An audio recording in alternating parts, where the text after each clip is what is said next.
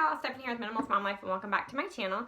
Today I am doing a requested video for almost the whole year that I've been on YouTube. People have been asking for this, and I don't know why I haven't gotten around to it.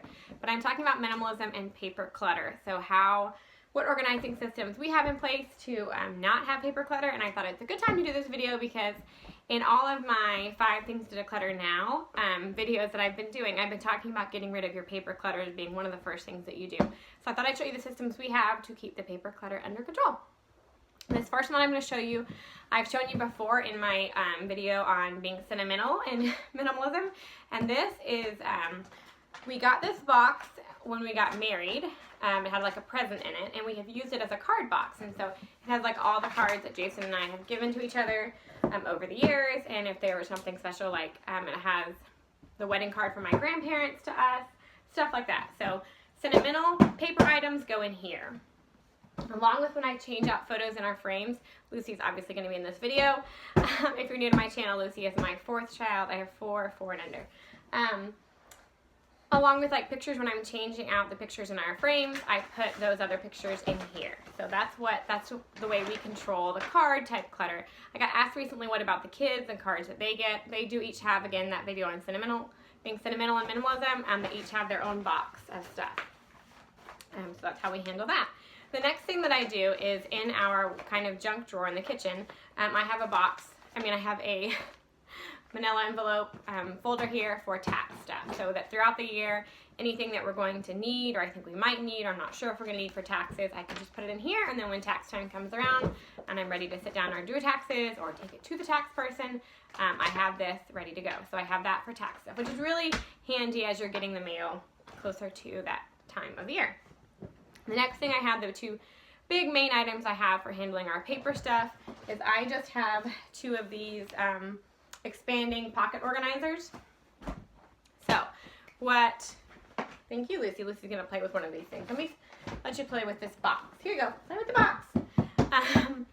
What I have done with these is when we owned our last house, so we're in a parsonage situation right now, so we don't own this house, we had one entirely just for house stuff. So everything from homeowner's insurance to, the information on the house title and all of that stuff was in there. So that was one quick area I could go if it has something to do with the house, like the refrigerator, the oven, anything like that. I could go to that one location and know exactly where it is. 1 second, buddy.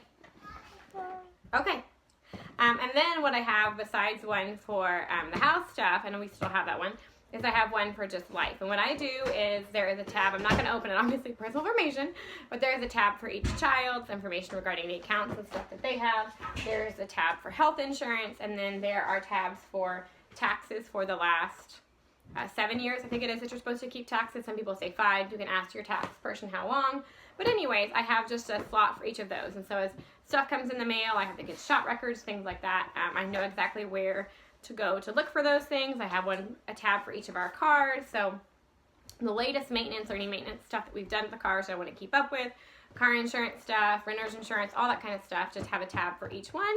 And then it helps because when the mail comes in, you don't set it to the side because you know exactly where it needs to go. I feel like a lot of times when mail clutters up, it's because we don't know what we're supposed to do with it. So that's how I eliminate the paper there. If you really want to tear that apart, you can play with this one. Mail that it's usually, if it's cluttering up, it's because you don't know where it needs to go. So if you have those systems in place, then you know how to deal with it right away. Another thing that I do with mail clutter is that if it's something that I know, here, open up this box and show Lucy. If it's something that I know Jason needs to deal with, for instance, I do all of the budgeting, but he does all of our investments. Like he handles all of the, seeing where things are with that. Then I put that in his lunchbox for work the next day, so that if it comes in the mail one day, he's probably going to deal with it on the computer when he has time to sit down and focus. He might bring it home and do it, but still it's in his lunchbox, so he knows, I make sure that he's looking at it and seeing it. So that's how I handle that type of mail. For bills, I think the easiest thing to do is, like your water bill and stuff, is just have it auto-drafted, or if you don't want to do that, just as soon as you get it, sometimes I put things in my planner that need to go out that week, so that when I open that week, there's a thing that I need to deal with that week. So again, just addressing the mail right away. Junk mail, give your kids some scissors and let it shred them up themselves. That's good learning activity to use scissors, or stick it in your shredder, either one. The next thing I have is just a little, call it like a home folder, home binder, whatever. But I have different tabs in here. Again, I don't think I can completely show you. I can show you the tab names, but I have like receipts in one, and those are receipts that I'm keeping in the short term. So not something that like goes along with the warranty, because that would then be in the bigger binder. But if I'm just not sure if we bought something, if we're going to need to turn it in for taxes, or I'm not sure if it's something we're going to keep or whatever, like when Jason goes to Home Depot, stuff like that, sometimes, you know, that's not the right blinds and they have to take them back. So I put receipts like that in there so they're not cluttering in my purse, they're not cluttering his wallet, and they're not just getting piled up on our countertop. And then what I do is usually once a month I go through that little tab and I see if there's anything that we need to throw away, that we've already dealt with, that we've already decided to keep, or if I need a receipt then I can go in there and find that. And then behind that I have just like a random one for things that you don't, you always need a random category in life for the stuff that you're not exactly sure why you need to keep it, but you do, but it doesn't have another place. But again, I just go through that often enough that it's not getting too full, it's not getting over cluttered. And I also have like my 30 before 30 list in here, church directory, stuff like that. So it's just an easy go-to paper management area for me. So that is how we deal with like the mail type clutter that comes in, the important stuff. As far as kids' artwork, I've shared this before.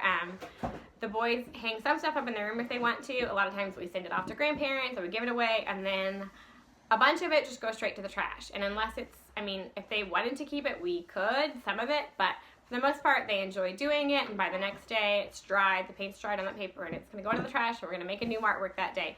So I don't get into holding on to all that stuff. I do have those sentimental boxes for each child, like I said, so a couple of things a year will go into those, and I'm not gonna keep every single piece of artwork. My kids seriously paint every single day. They use, you know, markers and crayons every single day, so there's no way I could keep all of that. But that is how we handle all of the paper in our family. I hope those tips helped you and encouraged you. You don't need to keep everything.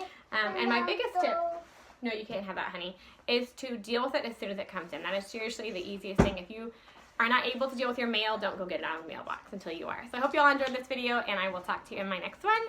Bye from Lucy, Elliot, and myself. Thanks for watching.